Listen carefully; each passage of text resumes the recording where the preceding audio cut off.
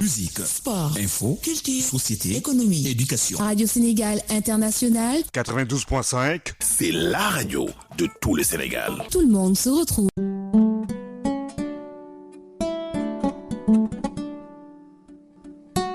RSI vous propose Allo Sexologue. émission buy waxtaane lépp lu jëm ci wérgu yaram néegu sëy. La sexologie est une discipline large qui s'intéresse aux relations entre hommes et femmes. li ñu ci jublu mooy fitna jigéen ak góor jeex ci kër yi. Elle peut aider à mettre fin aux violences faites aux femmes et aux hommes. ñu ànd xool li waral kersa bu bari di indi ay tolof-tolof ci néegu sëy yi. Ensemble, nous essaierons de comprendre pourquoi tant de pudeur dans les foyers. Allo Sexologue weer wu nekk tombe talaata ñett ba ñeenti waxtu ci RSI. C'est une fois le mardi de 15h à 16h sur RSI tous les mois. Vous rappelez. salaamaaleykum mbokki auditeurs yi de la 92.5 RSI ñu toogaat rek ànd ak seen émission Allo Sexologue. Allo Sexologue rek si seen émission bi ñuy def rek chaque mois ñu ànd seeg docteur Jeanne ak di Bigué la Linguère ñu ànd si wàllu technique bi rek sama seexu bopp Thiaba Seck Diémé ak kooku rek centre modulation Modou Diop rek kon rek ñu ngi ko defee saa su ne rek mbégte ñu fi teewaat rek xanaa di ziar rek kii rek di docteur Jeanne rek maa ngi lay ziar na mën na lool. maa la raw Kodou donc. ñu ngi tasewaat encore une fois par mois ñëw pour jokkoo ak population bi pour mun a joxe ay information parce que xam nañ ne mbirum néegu sëy dafa xat ba pare yenn difficulté yi am na ñoo xam ne xamuñu lan la te amuñu fuñ ko waxee. donc ñu joxe information parce que dañu ne ko xam rek di nga mën a xam fan ngay utee solution yi. effectivement kon rek docteur Jeanne rek ni nga ko waxee gaañ rek dañuy xaar rek émission bi saa su ne ñu gis ne rek le mois passé on a parlé de éjaculation retardée donc on a des questions xam naa rek fin émission bi di nga am ñoo toon parce que am na ñu ko koy déglu bëggoon ay questions yu mu posé woon waaye tey rek dañuy ñëw rek si éjaculation prématurée mooy loo xamante ne matul si ñi xamante ne kanaama bi ñu ko mën a wax donc rek Jeanne nu bëgg wax na expliquer nu lan mooy éjaculation prématurée. voilà donc dañuy waxtaanee dañuy dellusiwaat ci éjaculation prématurée parce que defoon nañ ci benn yoon mais émission bi sottiwul woon donc amuñu ñoo joxe information yëpp. donc dañ ci bëgg pare tey ci information sur l'éjaculation prématurée en général nit ñi dañuy wax éjaculation précoce mais on dit aussi éjaculation prématurée. alors dafa nekk koo xam ne ci góor lay am. nga xam ne mu ngi am relation sexuelle am. boo xam ne dafa ànd ak pénétration boo xam ne éjaculation bi dina ñëw te bugg ko éjaculation bi day pour ci moom éjaculation bi day teel torop mais bu ñu jàppee ci définition scientifique bi dañuy ne éjaculation boobu mooy éjaculation mooy li nga xam ne mooy jeexal foofu la sëy bi di jeexee en tout cas ci góor bi parce que bu éjaculé ba pare après sacre bi day wàcc nooy même bu fekkee nooyu 100% mais dina am pourcentage nooyaay boo xam ne ñëw na mu wàññeeku. alors donc scientifiquement en général dañuy wax ne que ku góor ki su éjaculé ci loo xam ne rapport sexuel boo xam ne motul 1 minute donc kooku dugg na ci éjaculation prématurée. su motul 1 minute su motul 1 minute kooku kooku dugg na ci li ñuy wax éjaculation prématurée loolu li ñuy wax ci éjaculation prématurée donc mun na nekk loo xam ne. góor boo xam ne de tout temps tous ces rapports sexuels day éjaculer bu gaaw de façon prématurée wala koo xam ne day ne am na période boo xam ne man amoon naa satisfaction ci sama sëy bi mais dama jékki-jékki rek secondairement mooy loolu daf ko dab mu commencé am problème mu éjaculation du mun a contrôler éjaculation bi day ñëw te du ko mun a téye. su nekkee ki xamante ne rek suy jokk ak benn jabaram xefa xeppi si flirté rek moom yëg na boppam. loolu tam éjaculation prématurée la. loolu éjaculation prématurée lañ koy wax. mais mun na nekk soit da ngeen di flirté. wala raayante loo xam ne wala mu laal si yaramam ay parties sensibles zone érogène comme bu fekkee dafa laal ci sexe bi wala laal ci ween bi wala foo xam ne nit ki daal zone boobu dafa sensible à très sensible mun na déclencher li ñuy wax éjaculation prématurée léegi éjaculation dafa nekk loo xam ne réflexe lan mooy éjaculer dafa nekk loo xam ne nit ki ku góor ki dafay nekk ci situation boo xam ne dafay excité situation excitation sexuelle yaram bi day tàng excitation sexuelle mooy loo xam ne mu ngi lay jàpp ci xel bi yaa ngi am envie sëy yaa ngi ci biir sëy bi mais aussi bànneex bi plaisir bi ci biir relation sexuelle bi mu ngi am doole di am doole yow leen rek nga bëgg mooy jot bànneex bu rëy a rëy bi mooy daanu bi parce que éjaculation ci góor dafa ànd ak daanu donc su excitation boobu amee doole nit ki su excité ba excitation bi am doole excitation bi am na niveau boo xam ne bu ko jotee mënatu ko weesu dafay déclencher benn réflexe boobu moo tudd éjaculation ndoxu sëy bi génn comprendre nga ndoxu sëy bi mooy permettre ndoxu sëy mooy lan mooy li nga xam ne liquide la ci biir liquide boobu mu ngi jógee ci biir yaramu ku góor ki mu ngi tudd vésicule séminale ak prostate bi mu ngi def liquide boo xam ne après walax njaan yi nga xam ne ci xuur yi la ñuy jógee dañuy booloo mu nekk ndoxu sëy mu nekk sperme. kii posé woon sax question bi moom nee na dëgg yàlla des fois rek day wax jëkkër bi sax na ko da nga coupé sama appétit parce que pour mu ñëwaat day nekk problème. moo tax nag dinañu jël suñu deuxième point mooy lan moo tax ñu toog fii di wax lan moo tax ñu toog fii tey di waxtaanee éjaculation prématurée parce que dafa nekk loo xam ne dafay sonal. dafa nekk loo xam ne day sonal doomu aadama. dafay ku góor ki nga xam ne loolu daf ko dal dafay jaaxle bi ni muy manifesté woo mooy sentiment frustration bi mooy li nga xam ne bëgg na dundal leneen lu dul lu gàtt lii parce que xam nga day gàtt pare bànneex bi day gàtt donc li nga xam ne c'est souhaitable donc dafay am sentiment de frustration boobu c'est clinique yaram bi daf ko yëg ci yaram bi ci xel bi aussi léeg-léeg dafay mer di ànd ak i mer ba pare donc sentiment de frustration boobu muy déclenché ci nit ki en même temps dafay indi sentiment insatisfaction par rapport ak partenaire bi effectivement donc c'est éjaculation prématurée dafa nekk benn problème ci néegu sëy boo xam ne mun na gaaw indi problème diggante jëkkër ak jabar parce que gis nga ki exemple bi nga ma jox nit ku jigéen ki réagirait parce que moom tam yaramam day tàng bien sûr yaramam su tàngee dina am bëgg am bànneex ak bànneexam bëgg na mu am toll foo xam ne moom tam dina ko déclencher daanu donc bu loolu ñëwulee mu gis ne jëkkër ji pare na te fekk moom mu ngi soog a commencer par exemple donc day couper appétit donc ça dépend maintenant nag ci jigéen bu nekk ak façon bu muy manifester moom tam frustration te ni muy manifester frustration dina conditionner lu bëri ki nga xam ne par exemple da nga ma jox exemple koo xam ne bëgg na mu jógaat te du jógaat donc réaction ku jigéen ki mën na conditionner li nga xam ne ku góor ki dina amaat beneen érection pour jëlaat beneen rapport sexuel pour dem wala du demaat ça dépend beaucoup moo tax éjaculation prématurée dafa nekk benn trouble sexuel boo xam ne en général dañuy jël couple bi lay gis en consultation dinaa la gis benn yoon mais soo gisee soo dellusee ak sa jabar mooy gën parce que moom tam bu comprendre ne que du question ne c'est parce que mënul dara wala déedéet doole excitation bi bu fekkee da nga doole excitation nu muy gën a am doole muy gën a gaaw a éjaculer donc ça permet jigéen bi mu xam lu tax muy lan mooy éjaculer du loo xam ne peut-être parce que mënu ko contrôler mais situation bu muy vivre noonu c'est tellement intense que loolu déclenché na éjaculation donc jigéen ki su ko comprendre mun nañu rattraper wu ci benn deuxième rapport sexuel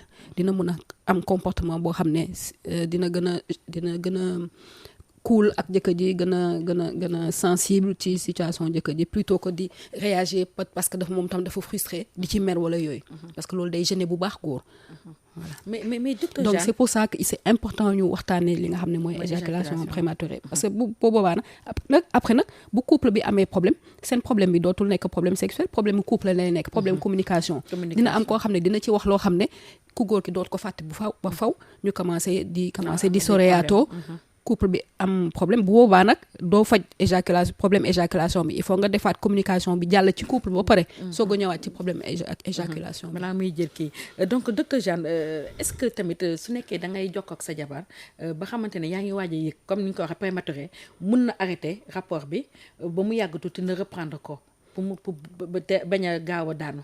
bon donc su ma si tontoo ñu ngi jeexal émission bi de su ma si tontoo parce que su ma tontoo ci sa question bi on va expliquer naka la war a def ba du gaaw a daanu mais dinaa il faut obligatoirement dinaa si tontu mais nañu continuer tuuti waxtaan bi ba xam nit ñi nuñ koy dundee ba pare après ñu wax naka la war a def pour mun a gis nga ku jigéen ki ni muy réagir day tax ku góor ki day am mun na humilier góor réaction ku jigéen ki mun na def sentiment humiliation ci ku góor ki mu am tuuti kii waaw wala day xeeb ku góor ki day xeeb boppam xam nga góor day bëgg a am mooy wane ne mooy góor dafa bëgg a comme sekk ak ginaar bu jigéen rek dafa bëgg a def yëfu sekk yooyu yëkkati mbagga et tout ça bu demee ba mënatul yëkkati mbagga si kanam ku jigéen ki c'est difficile pour mu am érection sax mun na am difficulté pour am érection ça dépend ci personnalité ku góor ke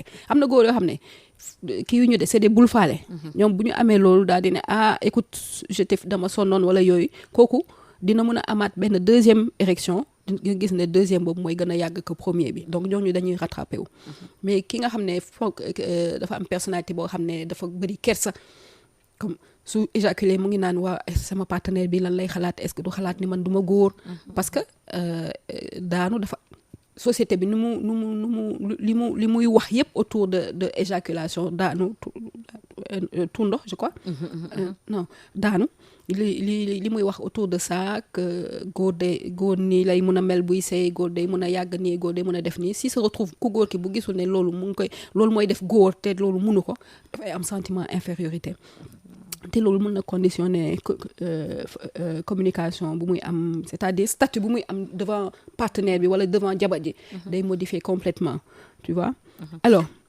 am na ñuy dem sax ba di ci am dépression est-ce que xam nga ne am na ñuy dem ba di ci am dépression c'est-à-dire boo xam ne dañuy dem ba seen liggéey sax bu ñu demee liggéey duñu mën a liggéey c'est dañuy jaaxle dañuy angoissé stressé ba mu mujjee amuñu fuñ ko waxee ruus ko waxee parce que dañu am kersa duñu xalaat sax ne lii mën nañ ko faj ñu dem ci nit ñi ñu leen mën a faj ba ñuy def dépression pour te dire nit ki ni mu màggee ak ni mu tabaxee boppam côté sëy mooy compter parce que kooku pour moom jaru dara du góor mu def ko dépression.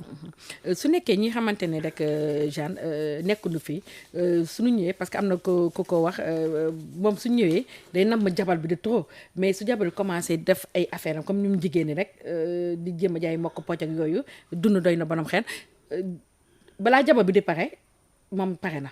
ouais yëg na boppam ba noppi. comprendre na mais rek ku góor ki day crispé wu. donc dootul mënati. kooku daa bëri waaw dootul mënati amati envie bi. kooku dafa bëri kersa mais nee na dootul mënati am envie bi parce que il est crispé. mooy ni ma wax ni sànq rek kooku dafa bëri kersa donc affaire bi daf ko bett. et effectivement moom laa wax c'est-à-dire su amee envie trop dañuy ne góor am na mais nag am na situation boo xam ne. duñ ko tuddee éjaculation prématurée mooy góor boo xam ne dafa gëj am rapport sexuel ak góor boo xam ne dafa am partenaire bu bees xam nga góor yi fii ni ñuy doxaanee jigéen di la nga mu lay dawloo ay mois benn jour rek peut-être foogloo woon sax ne di nga am rapport sexuel mu nangu nga gaaw a daanu donc situation yooyu duñ ko wax éjaculation prématurée mais góor bu nekk ci situation boobu di nga gaaw a éjaculer boo nekkee ci situation yooyu nga sa rapport sexuel espacé maanaam sëy bi kii ni ngay sëyee kii bëriwul wala nga am partenaire bu bees wala comme kii nga xam ne dafa am na ñoo xam ne rafetaay ku jigéen ki mokk pooj ku jigéen ki taar bi dañuy nekk nii seen excitation day am doole envie bi day am doole excitation bi envie bi mooy excitation bi day am doole fu mu laal si sa yaramam rek mu déclenché daanu comprendre nga loolu nag loolu ñi nekk si oto yi di gaaw a daanu. lu nekk ci la ñi nekk si bus yi di tafu jigéen ñi. non ça c'est loolu beneen plan la. loolu mun nañ ko boole ci déviance parce que normalement boo bëggee am plaisir ak jigéen war nga mën a négocier ak jigéen ba mu d'accord et tout ça mais doo dem tafu ci kawam noonu. donc kooku dem tafu ci kawam foofu am na bon su fekkee dafa am problème psychologique mënul négocier ak jigéen ba am lu sotti ci jigéen. bon loolu mun na nekk ci déviance voilà. Alors donc kii exemple bi ñu doon waxee noonu y a des situations boo xam ne on peut pas parler mënuñu wax ne loolu éjaculation prématurée la góor yëpp dans le monde entier bu ñu nekk ci situation boobu dinañ gaaw a daanu gel bu bees wala rapport sexuel yoo xam ne dafa espacé c'est-à-dire fréquence bi bëriwul d'accord donc boobu kooku bu mu xalaat ne dafa am éjaculation prématurée mais situation moo ko laaj bu gënee rapport sexuel bu gënee fréquent dama lay jox exemple ñiy liggéey fii chaque mois am seen jabar Touba bàyyi seen jabar ci seen yaay ana sa jabar mu ne mu ngi Touba ci kan ci sama yaay laa ko bàyyil bu ñu balaa ñuy ñibbi 1 mois ba 1 mois ni suñu demee dañuy gaaw a daan parce que dañu gëj a am rapport sexuel dañuy yàkkamti bëgg a sëy gëj a am rapport sexuel mais na seen xel dal bu mu ñu ci am problème kersa parce que buñ ci ruusee am ci kersa wala ragal seen jabar wax ci dara dootuñ mën a amaat benn deuxième rapport sexuel alors que buñ ko xamee xel bi dal jabar ji xam ne loolu dina gaaw xel bi dal dina amaat beneen deuxième rapport sexuel dina amaat beneen deuxième érection dina excité waat sacre bi taxaw dëgër boobu nag bu sëyaatee foofu sëy boobu mooy gën a yàgg loolu mooy solution bi. ok loolu la ñuy jàngee sëy dans tout le monde ci àdduna bi yëpp. góor noonu la jàngee sëy ni muy gën a def di gën a mën a téye boppam di mën a gën a mën a gérer excitation waxuma téye éjaculation de dina gën a mën a gérer niveau excitation sexuelle waxuma gérer éjaculation de éjaculation kan du ko gérer. éjaculation bu déclenché day dem mais excitation doole excitation moom la ñuy jàng gérer nooy gën a sëy sa yaram di gën a nangu doole excitation nga koy gën a mën a gérer éjaculation bi di gën a sori comprendre nga noonu la góor yëpp jàngee sëy loolu lu góor yëpp war a xam la. dañ koy jàng góor ki daf ko def rek moom def prématuré bi dootul sànq wax naa la ko première question mooy que ne pour mu defaat ko day rus alors kersa bi rus bi ak kersa bi lu muy def. c'est-à-dire day stressé day angoissé. effectivement bu stressé angoissé fit bi toogatul. Qu'est-ce qui se passe ci deret bi dafa am lu fay tuuru loo xam ne mu ngi tudd adrénaline la fay tuuru nag mooy tax sacre bi du jógaat. boo stressé cerveau bi sa cerveau bi moom nee na lii de sottiwul fii sacre du fi taxaw lii moom stress la sacre du fa taxaw parce que yaram bi yëpp mooy façon mais sacre bi muscle la moom tam muscle la boo xam ne dafay contracté wu loolu bu tuuroo si deret bi muscle bi tam day nooy. en tout cas même bu jógaatee du dëgër waaw loolu stress moo koy indi parce que dafa am lu nekk ci deret bi loo xam ne soo stressé sa yuur bi moo koy defar ci sa deret comprendre nga soo kontaanee leneen lay defar loo xam ne mooy tax sacre bi jóg donc autant nga xam sa bopp bañ a rus bañ a am kersa pour que sa yaram nu muy fonctionner sa cerveau nu muy commander ci yaram bi mun a commander loo xam ne loolu moo lay jaaral yoonu sacre bu dëgër nga mën a gérer sa excitation mën a am satisfaction. mais docteur Jeanne est-ce que kersa war na am si diggante ñaan yi dencante. normalement. mais c'est ku jigéen ki sax ne nii fa la doon wax mais ku góor. waaw léegi nag ñu dugg nag ci loo xam ne mooy lan la société bi teg góor. finalement voilà c'est ça. lan la société bi teg góor. góor boobu lan la ko société bi teg. lan la dégg ci li ñuy wax ci góor buy gaaw a daanu. lu ñuy wax fii Sénégal ci góor bi gaaw daanu bëri na de. non jigéen ñi sax dañ naan la bu dëgg yàlla kii daa mën a couper appétit moom. bu dëgg yàlla du waaja. loolu la ñuy wax. voilà donc buggul dundal loolu buggul teg loolu boppam parce que bu gaawee daanu loolu lay njëkk a xalaat bu gaawee daanu du xalaat ne man dama géej a sëy du xalaat ne sama jabar dama ko nopp torop léegi dama excité torop moo tax du xalaat loolu moom mu nga xalaat li nga xam ne moom la cerveau bi jàpp loo xam ne dañ ko jàngal dafa dégg ñu koy wax mu gëm ko boo nekk ci situation moom da nga jaaxle rek loolu mooy njëkk a ñëw comme interprétation. loolu mooy njëkk a ñëw comme interprétation. lii ñëw comme interprétation nag moo koy jékkali moo koy daaneel mooy tax mu stressé mu angoissé. mu stressé mu am problème mu kersa bi dugg nag. xam nga lan ngay waxuma pudeur j'ai pas dit pudeur waxuma pudeur de. waaw kersa bi. olof bi. waxuma pudeur. si pudeur je parle pas de pudeur waxuma ku góor koo xam ne dafa pudique dama wax ku góor koo xam ne. li ko dal gënalu ko woon. moom pour moom dafa bëgg a wane ne man góor laa fu muy gën a bëgg a wane ne man góor laa mu tombe ci jigéen moo xam ne dafa excité trop mu éjaculé surprise là il est comme ça du xam nu muy wax. lu muy njëkk a xalaat sama gel bi mbaa du xalaat ne man du ma góor. waaw stress boobu nag moo koy perturbé indi ko jaxasoo si boppam mooy jekkali problème bi mooy tax problème bi gën a intense. Jeanne dama bëgg na expliquer ma tuuti rek balaa nay avancer dama koy faral di dégg si góor ñi éjaculation nañu wax mais des fois sooy flirté wala dara da ngay dégg mu naan la mais dama excité de trop ba ndox bi génn na. ndox boobu bokkul ak éjaculation ba tey ou bien liquide boobu c'est quoi. d'accord voilà boobu laa bëgg na leeralal ma ko balaa ñuy avancer. c'est très bien d'avoir dit ça. je te remercie ba nga indi boobu parce que da ngay gis chez les célibataires dañuy ñëw consultation. ne la dama ñëw consultation parce que damay gaaw a daanu boo ko posé question en fait li ngay wax nii bu góor excité ba excitation bi am doole am na ndox bu ratax buy génn ci sacre bi boo xam ne du ndoxu du sperme bokkul dara ak sperme kooku nag dafa foogoon ne loolu ndoxu éjaculation la nag mu jaaxle nag mu def ko problème en fait loolu niveau excitation dafay wone sa doole excitation sexuelle loolu di génn dafay wone sa doole excitation ci fii saw bi di jaar foofu lay génnee day préparer déjà di nettoyer foofu pour que walax njaani bu ñu ñëwee bu ñu jaaree foofu duñ fa fekk loo xam ne daf leen di sonal yàlla li mu def dafa sotti ba pare. waaw c'est vrai de sunu borom moom macha allah ba pare day comme dafa ratax day ratax loo day permettre pénétration bi aussi di mën a glisser du jafe. donc dafa am différence entre éjaculation ak ndox bu ratax boobu bu nit ki yaramam tàngee excité waaw sama yaram dafa tàng ndox baa ngi commencé génn comme ndoxu robinet bu ratax daal bu ratax la daal voilà comme ni bokk la comme bu jigéen si bu jigéen voilà mën nga wax mën nañu wax ne jigéen comme nu muy bu tooyee lii génn noonu comme ku góor ko aussi day génn noonu donc rek ñu ne maanaam rek crispé mooy indi faral di indi perturbation angoisse nu ñu koy waxee si wolof stressé bi dafa stressé mooy situation sëy bànneex la xam nga yow yaa ngi nekk ak sa partenaire yaa ngi yëg bànneex quoi yaa ngi yëg bànneex kooku nag au lieu mu nekk ci bànneex bi mu ngi nekk ci ay xalaat yoo xam ne est-ce que xel bi sore ci loo xam ne daf koy tiital voilà daf koy tiital stress bi xam nga tiit la dafay liy def tiit mooy def stress en fait lii ci deret bi loo xam ne mooy def tiit nit bu tiitee da ngay gis fit bi di tëf nooy bi di gaawal dinañ am na ñoo xam ne doole tiitaange bi dinañ dem bal seen loxo yi dafay ñaq tooy xëpp xol bi di tëf loolu situation boobu sacre mënu fa jóg excitation mënu fa nekk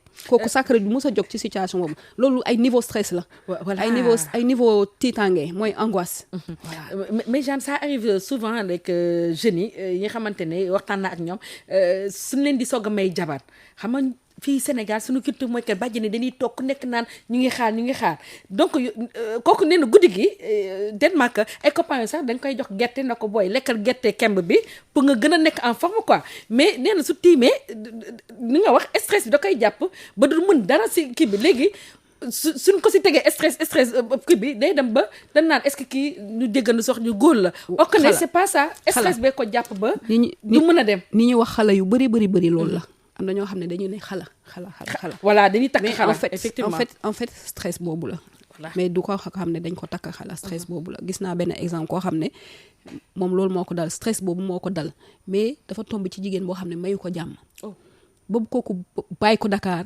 divorcé dem nag fu sore foo xam ne moom kese toog na noonu moom kese 10 ans ndax nit ñi dañu ne kii du góor tu comprends mais après biñ ko suivre xelam dellu si ba mu duggaat ci nit ñi di dem di seeti nit ñi mu socialiser waat nekk beneen góor boo xam ne il est plus social di su amee ay copines tout ça au lieu que mu doon ragal di leen bañ a invité mu leen di invité léegi takk na jabar ça fait plusieurs années tu vois mais comme société bi daf ko catégoriser woon noonu mu tiit ci nag daal di yëpp dem toog place am donc représentation yooyu nekk ci suñu société bi mooy sonal góor yi moom leen ñu teg góor te moo koy sonal alors que éjaculation prématurée début sëy góor yëpp ay gaaw a éjaculer début sëy yëpp góor yëpp ay gaaw a éjaculer premier rapport sexuel sëy parce que je dis contexte sëy la ñuy wax mais les premiers rapports sexuels góor yëpp dañuy gaaw a éjaculer mais heureusement doole mbëggeel bi doole mbëggeel sentiment yi daf ci am doole mbëggeel am na ñoo xam ne sentiment yi la ñu faale wuñu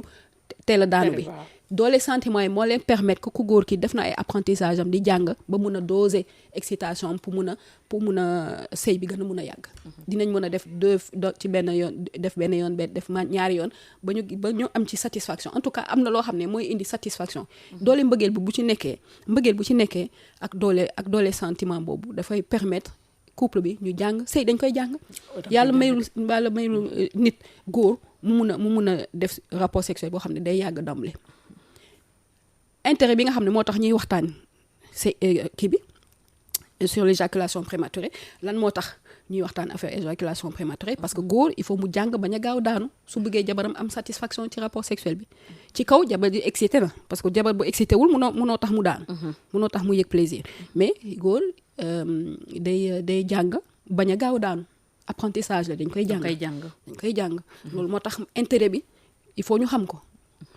gis nga boo nekkee waxambaane ngay def rapport sexuel te jànguloo bañ a gaaw a daanu ngay def benn yoon def ñaari yoon peut-être sa jabar dina am satisfaction ci ñaaree yoon bi wala ñetteelu yoon bi nga yem ci loolu bés boo nekkee màgget sa doole wàññeeku mënatoo am doole pour def ñaar ñett di nga def benn te boobu benn boobu day gaaw moom la ñuy ci loolu la ñuy wax nag ne ci loolu la ñuy wax ne góor boo xam ne góor waru fooyee góor yu mag yi bu ñu tëlee c'est parce que dañu fooyee seen ndaw affaire boobu la c'est parce que bu ñu magee dinañ bëgg a def benn du dem mais en fait dañ doon def bi ñu nekkee jeune seen doole may na ko dañ doon def plusieurs mais plusieurs yooyu dafa gaawoon mais comme gaawaay boobu lan moo ko camoufler parce que dañ doon tegale loolu moo doon camoufler gaawaay Jeanne su nekkee par exemple ban rôle la sa jabar wala jouer su nekkee yow soo sentir ne tey par exemple sa jëkkër su ne salaamaaleykum moom pare na est-ce que am na loo mën a def maanaam à part flirter ba kii bi pour permettre ko mu amaat confiance ba mënaat nekkaat en action ba xamante ne ba dëgg yàlla dootu nekk prématuré. alors Maï je fais très attention ak li nga wax parce que itam da nga bëgg a su ma la toppee mooy li ñu teg jigéen. parce que ku góor ki pour mu normal il faut que jigéen ki def nii pour que mu attention non je sais il faut faire très attention amul loo xam ne mën nga ko teg jigéen pour que jëkkëram dox non amul wax nañu ne bañ a gaaw daan dañ koy jàng il faut que ku góor ki am xam-xam moom tam ci yaramam ci excitation am ak li nga xam ne moo koy daaneel nga tase ku jigéen écoute ma chérie gëj nañu sëy gëj naa am rapport sexuel tey moom dina gaaw donc li ñu wax mun a wax ku jigéen ki mooy mu am capacité communication comme ku góor ki amul lu ñuy teg jigéen bi de il faut mu am capacité communication c'est-à-dire comme je disais déjà il faut que sentiment yi nekk fii parce que bu fi sentiment yi nekkul doo am mooy base bi doo am respect compassion bi ñuy wax ci nit ki nga xam ne que il est en difficulté nga bëgg ko gën a enfoncer gën ko suruxal déedéet loolu day métti ci koo xam ne sa partenaire la partenaire de la vie donc ça c'est des qualités de communication la nit boo xam ne déjà maa ngi koy xool mu ngi nii jaaxle na man naka laa mën a def ba soulager nit ki nga xam ne dafa jaaxle loolu autant ku góor ki autant ku jigéen ki parce que ku jigéen ki tam bu fekkee say nga ak ku jigéen ki amul bànneex kontaanul elle est triste te yow miy góor amoo capacité xamee loolu c'est exactement la même chose comme daanu nga pare nga ci man góor laa parce que def naa li may def daanu naa am naa doom c'est tu comprends donc il faut les capacités il faut xam-xam bi jigéen bi aussi parce que xam-xam bi rek yemul ci góor ku góor ki il faut que jigéen bi am xam-xam bi moo tax consultation il faut les voir toutes les deux il faut ñu am xool boobu nga xam ne bu ñu xoolee ne que kii il est en détresse du ma ko gën a enfoncer mais ki nga xam ne gis na ne partenaire bi kii yul ba pare mu naan ko yow da ngay naka comme ni ngay wax nii da ngay je sais pas comment tu as dit là. waaw mooy dëgg yàlla coupé appétit. waaw ba waa ji moom tam. dañuy coupé appétit waaw nga yoo xam ne dañuy coupé appétit daal. waaw moom la ñuy wax. dans la réalité noonu la ko sentir. mais naka laa koy waxee naka lay génnee naka laa koy waxee ba nga xam ne du blessé.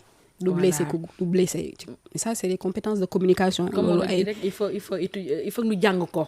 ak communication bi aussi il faut ñu jàng. waaw il faut mais xam-xam bi déjà li ñuy wax ni buñ ko xamee. peut-être après sa xel dina togg loo xam ne di nga mën a nekk di xam nooy communiquer ak sa partenaire surtout jëkkër ak jabar mais aussi ut solution bu gaaw problème bi ni muy gën a yàgg problème sexuel ni muy gën a yàgg ci couple bi ci problème mu dund couple bi gën a métti. problème bi yow mi am problème nga nekk ku góor ki wala ku jigéen ki da ngay gaaw uti solution. pour que problème mu yem rek ci côté sexuel mu bañ a jàll ci seen dund ci seen communication ba ku nekk di wax loo xam ne mën na blesser keneen ki fekk ci suuf parce que lal bi neexul. mais problème yi bëri man fekkee naa ko ñoo xamante ne booy au niveau du tube bi naana di nga ma may sama baat parce que dëgg yàlla lal bi mooy loolu. di koy wax parce que elle souffre nee na dundul quoi. du lekk ak naan. donc xam nga y a beaucoup de problèmes au niveau si couple yi xamante ne ñamewuñu ko wax. moo tax rek à travers l'émission dinañ leen gën a gindi xaw ma ni ñu koy waxee si olof dinañ leen gën a aider bokk moo gën a yomb si ñun donc rek docteur Jeanne ñu dal tuuti daal di jël les auditeurs xam naa ñu ngi ñuy xaar si 33 849 12 45 ñu commencé jël auditeurs yi mais ñu dal tuuti rek permettre Jeanne mu dal ñu mën a jël rek les auditeurs ñu mën a poser seen i questions tey ñuy waxtaanee wàllu rek éjaculation prématurée teel a yëg sa bopp donc moom la ñuy waxtaanee tey xam naa rek dinañ dugg bi si kanam si cause yi après rek dugg si traitement beeg yooyu donc docteur Jeanne nu dallu tuuti daal di jël auditeurs yi.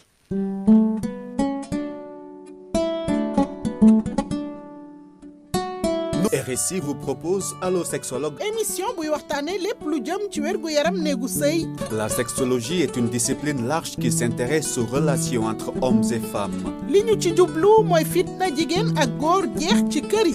Elle peut aider à mettre fin aux violences faites aux femmes et aux hommes. ñu ànd xool li waral kersa bu bari di indi ay tolof-tolof ci néegu sëy yi. Ensemble, nous essaierons de comprendre pourquoi tant de pudeur dans les foyers. Allo Sexologue weer wu nekk tombe talaata ñett ba ñeenti waxtu ci RSI. C'est une fois le mardi de 15h à 16h sur RSI tous les mois. Vous rappelez. waaw couple yi rek bu dëgg yàlla ñu bëri ñu ngi rek dund lu metti si biir couple yi moo tax rek à travers rek Allo Sexologue dina leen gën a jàppale kon nag ñu jël suñu premier auditeur wala auditrice c'est 33 849 12 45 allo. allo waa soxna. waaw sëñ bi na nga def. incha allah na ngeen a ngi am jàmm. alhamdulilah. waaw man damaa man tuuti moo bëgg a laaj rek. waaw ñu ngi lay déglu sëñ bi. waaw man daal lay def su ma amee sama soxna rapport. waaw léegi après bu ñu demee ba pare léegi moom bu paree pour jël morceau pour defar léegi bu pompé après deret day génn foofu loolu moo ma jaaxal xaw ma lan la te man affaire bi damay contrôler sama bopp mais deret bi di jóge ci man. deret bi si ku jigéen ki day génn si sa soxna. waaw. il faut que mu consulter foo dëkk. man daal Mbàkke laa dëkk Mbàkke. am na kii gynécologue Mbàkke am na centre de santé hôpital régional. waaw nga dem ci hôpital régional pour consultation gynécologiste pour sa jabar dégg nga. d'accord. waaw pour ñu xool dina ko examiner xool seyukaay bi parce que c'est pas non léegi bu fekkee il faut ñu xool deret bi lan la dans tous les cas. léegi bon bu fekkee yow da nga woote di ko laajte peut-être daf la jaaxal mais. bu fekkee moom yaa ngi sëy ak moom te fekk moom yaramam tàngul ba pare ci suufam am na loo xam ne dafay génn. pour que booy sëy doo ko gaañ parce que soo ko irrité soo ko gaañee noonu tam mun na mel ni luy nàcc noonu te loolu de mooy sëy buy métti. d'accord. ok merci beaucoup. ok merci rek ñu koy jaajëfee ba tey si 33 849 12 45 allo. oui. waa sëñ bi ñu ngi lay ziar lëkk fay woote. maa ngi woowee département Podor. Podor. ñu ngi lay déglu. waaw émission bi laay doon. waaw da nga am looy laaj. waaw xam nga am na lu ma koy laaj. waxal mu lay déglu. da nga yëkkati kàddu gi tuuti ni dégg la bu baax. waaw allo. waaw ñu ngi lay dégg waaw. waaw. li may laajte man yi. maanaam boo àndalee jigéen ñi dem di sëy ak moom ngay naan ndox ndax lu baax la. waaw lu baax la. lu baax la moom. ñu koy jaajëfe bu baax a baax ba tey si 33 849 12 45 xanaa ndox bi moom dañuy teg ndox bi foofu rek moo gën allo.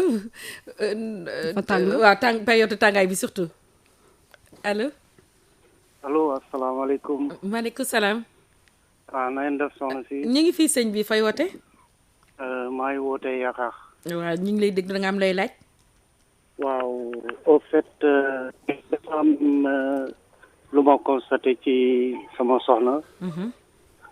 waaye moom parce que l'équipe boobu di génn avant ngay am rapport là moom boobu de ci moom quoi. oui. amul ci moom. non amul ci moom quoi. waaw mais da nga koy may temps mu am ci moom bu fekkee seen nekkin yéen a ngi nekk boo xam ne da ngay gaaw a àgg ci moom du am temps nekk noonu du am temps pare noonu. xam nga góor lii tax mu yaram bi tàng ba sàkkar bi dëgër nga war a mën a dugg sa jëkkër peut-être sëy ak sa jabar ku jigéen ki peut-être il faut temps ak préliminaire yi foo bi ak loolu léegi yow il faut nga may ko temps waruloo gaaw a àgg ci moom bu ngeen di foo. oui non damay am temps sax quoi mais par contre moom nee na elle ne l'a jamais constaté quoi. dafa yàgg bi ngeen sëyee. non ça fait tout juste 1 an et demi. elle ne l'a jamais constaté mais yow lan nga constaté. bon parce que man loolu dama ko xam quoi moo tax bon bi ma ko laajee daf ma ne non loolu xamu ko quoi. waaw xamu ko amul expérience bi mais loolu dafa war a nekk léegi nag pour mu nekk nag moom tam il faut mu am ay xam-xam loolu du sujet émission bi mënuma ci dugg parce que sinon dañuy perte temps ndax tey affaire kii la ñuy wax éjaculation prématurée. mun ma dem jusqu'au fond mais après dinañ joxe numéro bu foo xam ne moom dina mun a ñëw yaa ngi nekk Yaraax moom mu ngi Dakar donc mun ngay ñëw consultation CTO. D'accord. Gynécologie, hein? Non, sexologie. Ah, sexologie. D'accord. Merci beaucoup. merci. en attendant mun na jënd lubrifiant en attendant. Allo je sais pas ndax coupé na. waaw peut-être dem na mais en lubrifiant attendant mooy maanaam benn liquide bi ñuy jaay si pharmacie yi boo xam ne day ratax. day ratax mu jënd lubrifiant en attendant. ku jigéen ki du koy solution diw wala waaw. moom moo koy ku diw jigéen ki. ku jigéen ki moo koy diw kon lu jëlaat si 33 849 12 45 allo allo waaw sëñ bi ñu ngi lay déglu fay wote asalaamaaleykum. maaleykum salaam. waaw man de dafa am loo bëgg a laaj. waaw yëkkati mun na fay rajo bi yëkkati kàddu gi nu mun laa dégg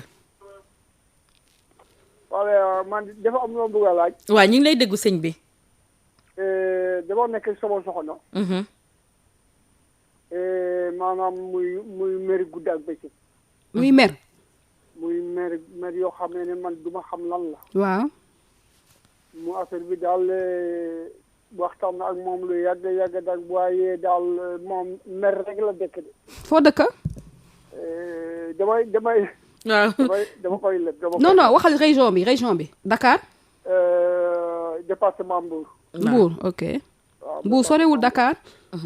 déedéet Mbour sorewul Dakar. mais mer bi si lan la soo leen di jokkoo wala mer boo xamante ne nii di ngeen dëkkee. man daal mer bi daal xamal lan la man daal mer rek la dëkk de. ñaata at nga am. man mii. am na. mais nag bëggoon nañu xam rek Jana mer bi mer lan la xam nga mën na nekk ak sa jëkkër di mer mais soo leen di jokko parce que wàllu sexualité ne ñuy wax est-ce que foofu tamit day mer ba du ñu jokko. bon on sait bon su nekkee mën na duggaat waaw mënuñu deviner. nu mun a xam exactement mun ko tontu. mais li tax mu woote c'est que loolu jaaxal na ko donc il faut mu am solution. effectivement Mbour sorewul Dakar. voilà su mu nekkee daal nanu owaat wala mu ñëw allo. oui. rajo bi sëñ bi rajo bi fay ko. waaw. soo ko fay duñ la mën a dégg. waaw salaamaaleykum. fay na ko. waaw fay naa ko waaw. waaye waxal si kaw rek ñu dégg la. waaw maa ngi wax si kaw ma ne. waaw. ba damay laaj leen su may sëy ak sama soxna. bu njëkk moom yëf yi moom daana génn lu bari mais léegi du ndox mi moo dul bari daal ndox mi daal li muy ñëwee daal doole ji amatu ko ma yaakaar ni ci man la wala qu'est-ce qu'il y a. ça fait ñaata at ngeen nga takk jabar. 2001. 2001. ça fait 20 ans 2000 ça fait 21 ans. ça fait 21 ans. qualité ndox mi dépend na ci sa doole tàngaay yaram bi. qualité ndox mi. waaw ci sa doole sa envie boo amee envie sëy. waaw ni ngay gën a am envie sëy. ni ngay gën a ñett laa yor. ni ngay gën a am envie sëy. waaw ni ngay gën a yàgg ci foo bi. ci la sa temps di ci la sa yaram di am temps defar ndoxu sëy. waaw ndoxu sëy nekkul ci doomu aadama ndoxu sëy amu ci doomu aadama temps bi sa yaram di tàng ci la sa yaram di soog a defar ndoxu sëy. donc soo ko mayee temps mu defar. waaw soo gaawee torop du defar. waaw ndaxte man. bari daal lu muy ñëw du bari. waaw ma expliqué naa la. waaw. waaw sans dépend si sama tàngooru yaram daal. ak temps bi ngay jël boo sa yaram bu tàngee temps bi ngay jël ci foo bi tout ça temps bi. waaw temps bi ngay jël pour mu defar waaw. waaw d'accord loolu la kon. mais du dara quoi kon jërëjëf. waaw kay jërëjëf. nee na loolu la kon donc xam na ne ñetti jabar lu jël tam. soo bëggee am ñetti jabar tamit ku nekk na bëgg ko jox effort bi kii dina xaw a kii man tamit de jabar neen xoolaat ñetti jabar yi ñeenti jabar yi waxuñu bu nu takk rek waaw nu jëlaat auditeur bi si 33 849 12 45 allo allo. ba tey rek ñuy waxtaanee wàllu éjaculation prématurée teel a yëg sa bopp allo. waaw salaamaaleykum. mën na fay rajo bi. waaw sant naa def. waaw fayal rajo bi sëñ bi. waaw. voilà ñu ngi lay ziar bu wér a wér sëñ bi. waaw man de dafa émission bi laa diglu woon. waaw ñu ngi lay déglu da nga am lay laaj. waaw maanaam gaaw a daanu bi mu doon expliqué. man moo ma taxoon ñëw Dakar sax. daan fekk ba rek sama rendez-vous ma nga foofu. ñaata at nga am. man maa ngi ci 41 ans. waaw depuis 2012 ba léegi maa ngi sama soxna. yéen a dëkk. waaw ñoo dëkk ñoo dëkk. waaw mais daal booba léegi daal benn yoon bu ma ko defee bu may laal kanamam daal fu ma ko laal rek daal. muy sama problème comme li ngay wax rek jaaxle naa si lool. indi woon na ma Dakar mu ñëw waa ji na may da ngay indi sa soxna bu ngeen ñëwee ngeen. ñu def leen kii nu mu tuddati consultation. ñu boole ñu. mais léegi li ma expliqué woon la sama yaram mënut ma ne ko man su ma nekk sama jabar naa mën a gis man nii mais su ma nekkee pour foo nii ba sama mën a génn mënu ma ko. waaw man maa ngi hôpital Grand Yoff am na ay garab yu ñu la mën a bindal maa ngi hôpital CTO alxamis le matin tous les jeudis matin. waaw boo ñëwee dinañ la bindal ordonnance dinaa la. man damaa xaw a sori région Matam laa lay woowee. Matam. waaw Matam de laa nekk. waaw da ngay wut benn jour boo xam ne daf la koy jaral rek na ñëw puisque dëgg yàlla bëgg na yëg sa bopp. waaw faju na ñëw ndek ñu consulter la ak sa soxna ñu mun leen a faj. après dinañ joxe numéro bi nga wootee foofu dégg nga. waaw baax na incha allah maa ngi lay déglu. baax na. donc mooy li ñuy wax éjaculation prématurée mais primaire c'est-à-dire depuis bu mu commencé say à chaque rapport sexuel day gaaw a daanu loolu mooy primaire. mooy primaire ci njëlbeen. ba pare dafa am boo xam ne c'est secondaire boo xam ne am na temps boo xam ne amul woon problème difficulté. jékki-jékki mu am situation yoo xam ne dafay déclencher éjaculation mooy secondaire. ba tey ñu jëlaat beneen auditeur si 33 849 12 45 allo. allo salaamaaleykum. maaleykum salaam. soxna si na nga def. waaw sëñ bi ñu ngi fii fay woote. boo fan la RSI ah. waa RSI la. voilà dama jàpp émission bi en cours maa ngi département de Guinguinéo région de Kaolack. waaw dama déglu émission bu mu intéressant lool xam nga rek sujet tabu lañ ko defoon nag ñun kaw yi en tout cas dama ci am question ma bëggoon laajte. waaw ñu ngi lay déglu. concernant maanaam rapport sexuel ci éjaculation précoce.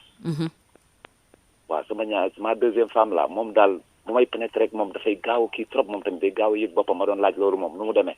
moom mooy teel a yëg boppam wala yow. waaw moom. sa aawo rek melul noonu. non deuxième bi. waaw deuxième bi moom daal. aawo bi moom des fois mooy loolu des fois ma njëkk kii des fois ma njëkk kii waaye kii de moom. waaw même pas 1 minute 2 minutes maximum 2 minutes dafay gaaw de trop affaire bi nag jaaxal na moom aussi daf koy jaaxal. mënoon naa laajte ba xam waaw. bu mu leen jaaxal l'essentiel c'est que mu yëg boppam. naka lay yëgee boppam wala gaaw na wala gaawul ça loolu amul solo mais l'essentiel comme am na chance di yëg boppam. ça dépend li ngay wooyee nag léegi yëg boppam. est-ce que c'est parce que da nga gis ci suufam am na luy génn moo tax ngay wax yëg boppam wala da ngay gis muy réagir comme yow booy réagir booy yëg sa bopp. non préliminaire yi par exemple xam nga préliminaire moom mooy loolu ndaw si ne kooku doon woote léegi nee na moom jabaram amu ko. man su ma defee loolu man damay yëg ne lii moom préliminaire la ndox boobu mais après su may am ak moom rapport tamit su ma pénétré noonu maanaam dafay gaaw a kii quoi. oui day am bànneex day am plaisir. mun na nekk mu yëg boppam wala mu nekk plaisir bu am doole. non à plaisir bu am doole mais après day doyal nag moom. voilà mais fekk yow doyuloo. waaw voilà c'est ça. moom parce que question bi rek day leer parce que yow moom day en fait c'est le contraire quoi. bu njëkk ku góor ki ku jigéen ki moo dul pare mais yow ku jigéen ki mooy njëkk pare te yow fekk doyuloo. exactement voilà question bi mooy loolu. adaptation dafa am adaptation xool ba xam moom. mën nañ ko defal ba muy jël temps tuuti boog. war nañu expliquer ne naka laay defee man pour affaire bi xaw a yàgg tuuti. déedéet ni mu mel noonu bàyyi ko. comme am na chance boo xam ne day yëg boppam doyal. bàyyi ko noonu bu ko changé baax na parce que am na koo xam ne dina bëgg a yëg boppam du ko mun. mais moom du kii. dina bëgg a yëg boppam du ko mun chance la. léegi am na adaptation parce que li ngay wax nii je pense pas que c'est tout le temps. non voilà merci beaucoup. encore c'est pas tout le temps. oui donc c'est pas tout le temps. parce que avant-hier li ma constaté moom. c'était la première fois mais duré woon na quand même xaw na yàgg vraiment man mu jéem a keroog dama ne ça fait ñaata at ngeen di sëy. bon 4 ans. voilà dina évoluer waaw. voilà l'essentiel ngeen di si waxtaan yéen ñaar dina am évolution. waaw incha allah merci émission bi c'est très intéressant man dama def na émission yi amul fii sax. am na nag mi ngi fii RSI. ak docteur Jeanne man RSI laa ko daan dégloo ak ndaw soosu. am na benn femme bu fay def émission yu mel nii tout le temps mais ñoon nga jot leen dafa jafe. dëgg la am na solo trop parce que sujet tabu lañu ko def Sénégal. wallaay. voilà bu ko defee ndeysaan ñi xamul duñu xam rek ñu bëri bàcci rek noonu te loolu daal lu am solo la daal. moom yal na yàlla dundal émission bi quand même ak RSI. allahumma min merci beaucoup. léegi éjaculation prématurée dina daal koo xam ne góor boo xam ne dafa émotif. am na góor yoo xam ne dañu émotif c'est-à-dire fu ñu tollu sax même ci liggéey ba sax dañuy seen loxo yi day tooy dañuy ñax émotivité boobu émotion yooyu ñuy gaaw a ressentir mun na répercuter wu ci seen vie sexuelle ba nga xam ne dañuy gaaw a am mais am na ñoo xam ne nag c'est éjaculation prématurée bi day secondaire mais c'est parce que dañu am conflit couple bi dafa am conflit gestion conflit boobu nag quand c'est pas clair ci couple que y a des choses qui sont pas dites mu denc ko wala amul nu mu koy defee solution mun na répercuter wu ci seen sexualité secondairement mu am éjaculation prématurée sauf que am na situation yoo xam ne boobu bëgguma ci approfondir koo xam ne méthode punition la am pour punir jabar ji muy gaaw a daan am na mais ça c'est plus dans ci psychopathologie ci pathologie psychologique yi lañ koy gën a gis. kon nekk Thiaba nu jël suñu auditeur wala auditrice bu mujj ndax waxtu bi li si des bëri tulaadu. salaamaaleykum. maaleykum salaam. dama nga kii rek na ngeen doon nag. waaw ñu ngi fii sëñ bi. yéen a ngi sant bu baax la. xam nga fay wote. man rajo la Guinguinéo. Guinguinéo waaw ñu ngi lay déglu da nga am lay laaj. waaw laajuma dara maa seen émission bi dafa xaw a doy waar de am na loo xam ne des ko wax ci rajo. waaw dafa xaw a doy waar ndax nit ki bu toogee kii njabootam ngeen expliqué nu mel noonu. jëlal rajo bi nga puus njaboot bi. waaw na dugg si néeg bi parce que ñun dañuy jàppale rek ñi xamante ne am ay problème si seen i biir sëy. waaye dafa xaw a doy waar de. yow kay duggal sa biir néeg rek na déglu. waaw incha allah kon ñu jëlaat beneen auditeur wala auditrice affaire bi moom soo bëggee déglu moom te ngay gêné wu ak sa njaboot rek duggal si sa biir nekk allo. allo. waaw allo. salaamaaleykum. waaw maaleykum salaam. waaw émission boobu gars yi di kii maanaam ñii di waxtaan si wàllu sëy. waaw da nga am lay laaj. non dama leen bëgg a sànni certains grains de sel rek. encourager leen bu baax puisque li ñuy def nii c'est très très très intéressant. merci beaucoup. xëy na gars yi nekk foofu xëy na expérience la ñu amul. loo gis dañ koy jàngale. mais ñun bu ñu nekkee fii bu ñu jàngale dara bon déjà supposons gars yi di sëy ñuy am problème seen biiru sëy ñuy tas et cetera ça veut dire que bon amuñu expérience. si wàllu sëy. loolu mooy waral loolu. dëgg la merci beaucoup. mais quand même comme que ñun ay mag lañu. xam nañu. bon vraiment c'est très intéressant. merci beaucoup pour continuer noonu dina am bés ñu mën a dugg. incha allah. pour mën a vraiment indi suñu contribution. man mosoon naa see sax am naa jabar am naa ay doom mais sama jabar bu mu gaañoo. bon daaw jéeg. bon ma takk beneen soxna. fii. mais seulement kooku ni ma defee ak kooku. vraiment j'ai trouvé que bu ma mosoon naa ne sax bon mosuma woon am jabar. d'accord. tellement que beneen expérience bu ma am foofu. d'accord. bon je me suis dit que lu tax vraiment ñeneen couple yi mel nii jigéen ça ne veut pas dire que ñëw nga rek jigéen la kii am na fu ñu koy defee non non non. c'est pas ça. ok préliminaire yi surtout. et puis yaramu jigéen il faut gis yaramu jigéen il faut nga laal foofu. ba moom si boppam nga xam ne kii pour wax sax amatul jot sax pour wax. dara. d'accord donc foo laal si yaramam rek bon dina yëg boppam. merci waxtu bi moo nu dab rek mais li ngay wax rek sa contribution rafet na torop waay. merci beaucoup merci waxtu bi moo nu dab sa contribution rafet na torop. très bien. merci beaucoup merci beaucoup on vous félicite. man Saraxule la maa ngi dëkk Bakel. d'accord merci beaucoup. alors voilà bu beneen rek bu soobee yàlla dinaa def tout pour dugg. teel a dugg voilà. d'accord may leen xel. voilà dinañ nga xam ne xamuñu ñu mën leen comprendre bu baax. Inch'Allah merci beaucoup. vous avez quel âge vous avez quel âge vous avez quel âge vous avez quel âge. ñaata at nga am. man maa ngi am 50 ans 61 laa judd. macha allah c'est bien. merci beaucoup. mais seulement jigéen boobu tàggoo nañu quoi. d'accord elle n'est pas sérieuse. d'accord ok. voilà te man bon vraiment sëriñ la maa ngi yëngu si ñaan. et cetera donc moom doxkat la. d'accord. dinañ si gën a kiiwaat waxtu bi rek moo nu xaw a dog waaw ma fase ko. d'accord merci beaucoup donc léegi vraiment je pense beaucoup à elle. merci beaucoup. merci beaucoup. Voilà, merci. D'accord. Alors, il faut que je dise, éjaculation prématurée chez les jeunes, il faut une infection sexuelle aussi. Infection sexuelle chez le jeune, infection sexuellement transmissible. Maanaam nga am rapport sexuel ak jigéen te protégé wu loo préservatif nga jël si jàngoro. Ou bien ci koo xam ne gën a âgé tuuti prostate bi su amee infection prostatite aussi day def loolu. mais am na ñoo xam ne psychose quoi. psychose am na ñoo xam ne nag kii bi gland bi mooy maanaam sacre bi. li bopp bi mooy sensible. am na ñuy wax hypersensibilité du gland loolu moo leen di indil éjaculation prématurée. mais docteur Jeanne rek di dese si waxtu bi bëriwul ñan ban tranche d'âge la gën a sonal maanaam éjaculation précoce. Bon c'est le plus fréquent. Éjaculation précoce mooy trouble sexuel boo xam ne moo gën a fréquent ci trouble sexuel yi. gën a fréquent ci trouble sexuel. Maintenant bon j'ai pas vraiment de résultats par rapport à la tranche d'âge en tout cas au Sénégal. Mais chez les jeunes bëri na. Maintenant après boo demee aussi à un âge avancé. bi ci topp mooy l'âge avancé nga xam ne y a toutes les raisons nga am problème érection. léegi nag boo xamee ne da nga am problème érection ku góor kooku dafa magal wala dafa am problème beneen pathologie. dafay profiter éjaculer gaaw balaa érection bi di daanu. bu sentiree ne érection baa ngi wàcc. day profiter éjaculer gaaw balaa érection bi di wàcc. xam naa ne moom jot temps bi dootul doy moom. chez le jeune parfois jeune là le trentenaire dañuy def glycémie. waaw parce que ñu bëri foofu la ñu xamee ne am nañu diabète. xam ne ils sont mariés ils sont 30 ans et puis tout d'un coup am éjaculation prématurée. bi ñu defee test suukar bi ñu gis ne am nañu diabète.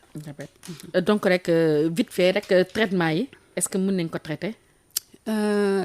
Bien sûr. Comme kooku ma wax ne que kooku il doit avoir benn sensibilité du gland boo xam ne am na médicament pour traiter ko il faut mu ñëw hôpital Grand Yoff CTO foofu laa nekk. maa ngi tous les jeudis matin lay consultation sexologie. keneen ki dañ koy jox ay li ñuy wax ci tubaab habileté sexuelle maanaam loo xam ne dañ koy jàng nga xam ne yaram day signaler toujours éjaculation. Donc il faut nga xàmmee ko sa yaram kañ lay signaler éjaculation. am na ñu bëri góor yu bëri dañuy wax ne seen karaw day mel ni chair de poule karaw yi day taxaw nii ci bopp bi.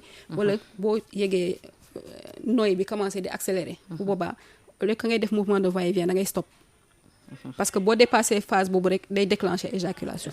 boo stoppé aussitôt tension excitation bi doon jóg kawe day wàccaat.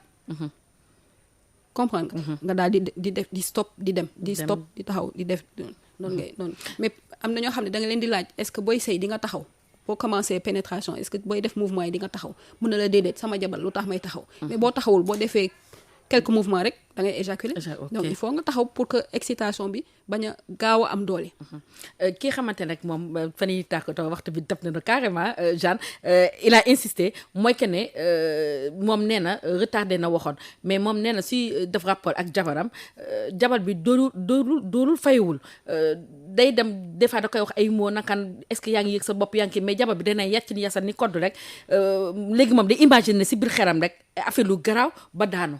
waaw imagination bi bu mu ko xañ boppam baax na ci. ok mais li nga xam ne ci biir sëy bi moo tax mooy tàngal yaram bi. ci foofu la ñu war a jublu. bu fekkee jabar ji mu ngi seet mu ngi kii émission bi. lii tax sa yaram tàng ngeen di préliminaire ci biir sëy bi da ngeen di def comme ci préliminaire comme ni ngeen di def ci seen préliminaire moom ngay def ci biir sëy bi. pour tàngaay doole tàngaay yaram bi. yokku mun a déclencher daanu. xam naa ni rek célibataire ñi may envoyé message ñeneen ñoom di leen tax a wuti jabar kon rek docteur Jeanne ba mois prochain fu mu nekk nii rek tu as le bonjour de Tata Fante Fifi Kanté depuis Bamako. mi ngi ñuy déglu vraiment elle nous encourage. Donc merci beaucoup à Tata Fante Fifi Kanté donc rek Jeanne on se donne rendez-vous dans un mois. Dans un mois inchallah donc di jaajëfee à la partie technique Thiaba Seck Diémé di jaajëfee rek Modou Diop code la Linguère moo àndandoo ak yéen.